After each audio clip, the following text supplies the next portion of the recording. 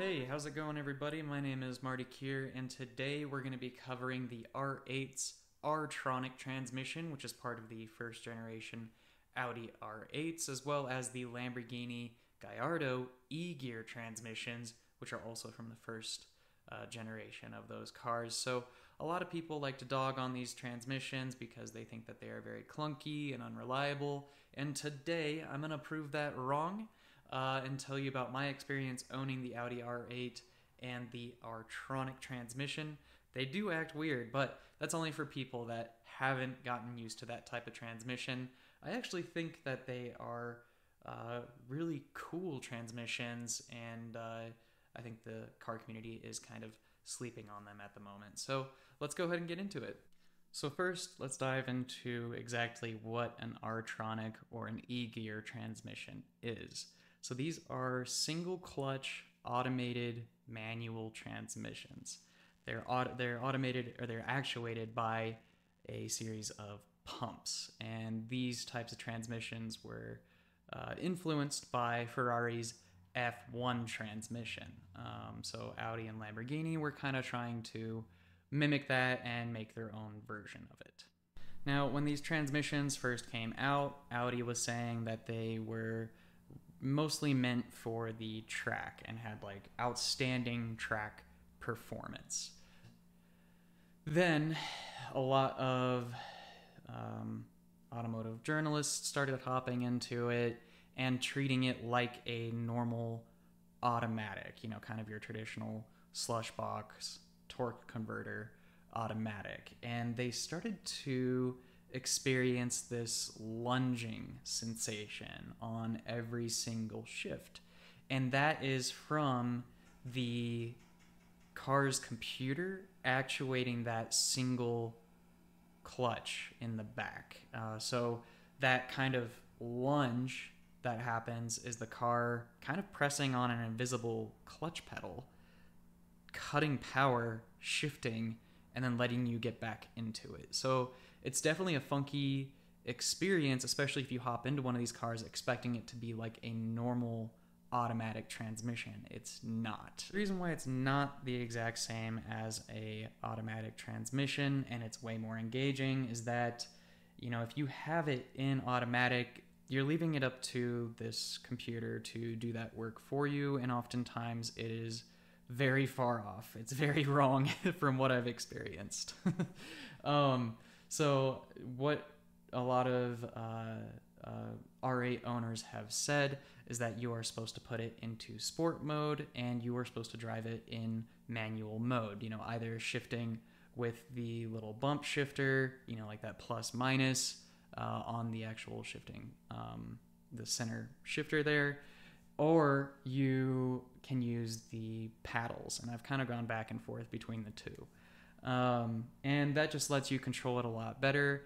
And one of the hacks that I've found with this car is that as you're driving, when you are ready to shift, you actually take your foot off the gas a little bit.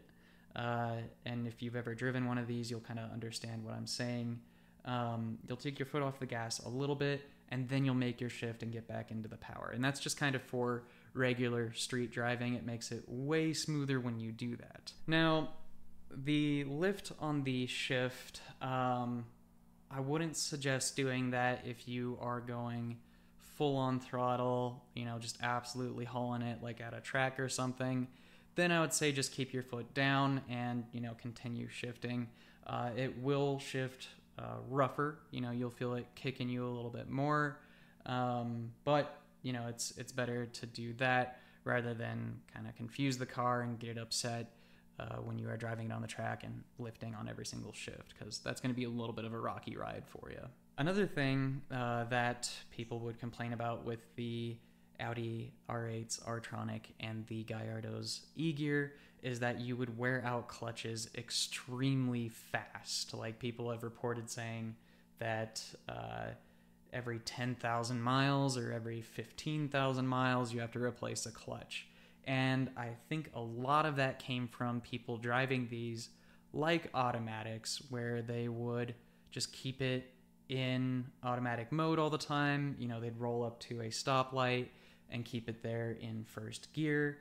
And all that was doing was just wearing down the clutch, because when you're in first gear in those transmissions, that clutch is technically slipping back there and just wearing it out more and more and more and more. So another hack to keep these types of transmissions reliable and running forever and not have to be replacing clutches all the times is to put it in neutral when you are at a stoplight. Now, that doesn't mean that, every single stop sign that you are at, you have to put it into neutral. I would kind of say, like, if you are staying in one spot longer than 7 seconds, it's probably a good idea to put that thing into neutral to save your clutch and save you a lot of money. A lot of times when people are searching for an exotic car like a Gallardo or an R8, it's like, well, do I go with the R Tronic or the E-Gear, or do I go with the gated manual? The gated manuals are marked up severely. You have to be willing to spend usually like another $20,000 to $30,000 just to get your hands on one. So the R Tronics and E-Gears are typically lower priced. So that shouldn't scare you off. They are still very, very engaging, especially if you have never driven a manual or a stick shift before. These are a nice way to kind of get used to a manual transmission, because they behave very similarly. You just don't have a clutch pedal to put your foot on. You will still roll back on hills in these cars, which is kind of interesting. But yeah, it's a great way to kind of get used to what a manual transmission feels like without the worry of these cars stalling.